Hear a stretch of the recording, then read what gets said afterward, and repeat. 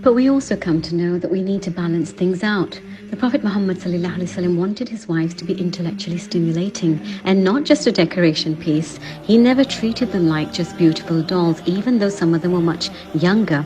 But actually, even Islamic teachings teaches us not to spend so much time dolling yourselves up, because you're not a doll. You're a living, breathing human being after all. And Allah SWT has given intellect to women, although cultures of the past that valued women, especially ancient cultures, had valued them for their beauty.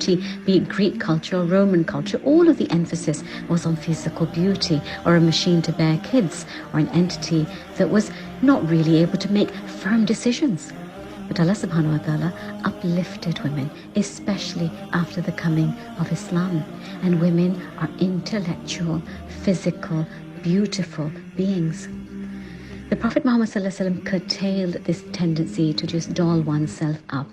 And it's quite clear that Islam encourages women that whatever books of wisdom you have access to, the Quran or other studies, anything that you feel you can gain beneficial knowledge from, study them, gain knowledge, and actually these skill sets will enhance your relationship with each other and the extended family members too.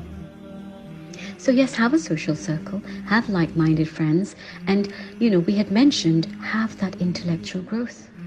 Because often women lose their identity when they get married and are just too busy only in husband and children. Although these are good things and one must be able to give priority to their homes.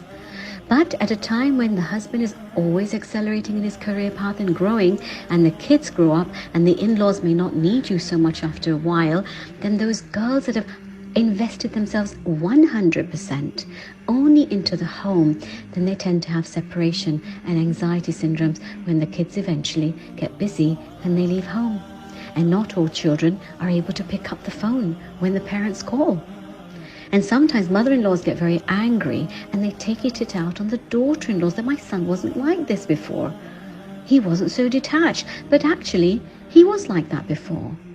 So rather than letting bitterness brew, keep yourself intellectually stimulated and intellectually busy with your classes, with your learning, with maybe your language classes, or maybe your Quran classes, or other classes that you take.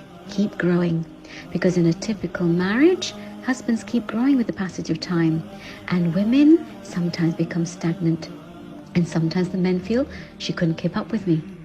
And even if he doesn't think that way, then think I'm an individual. And although I know how to run my home, and I do give my children and my home priority, I should always have something to do as well.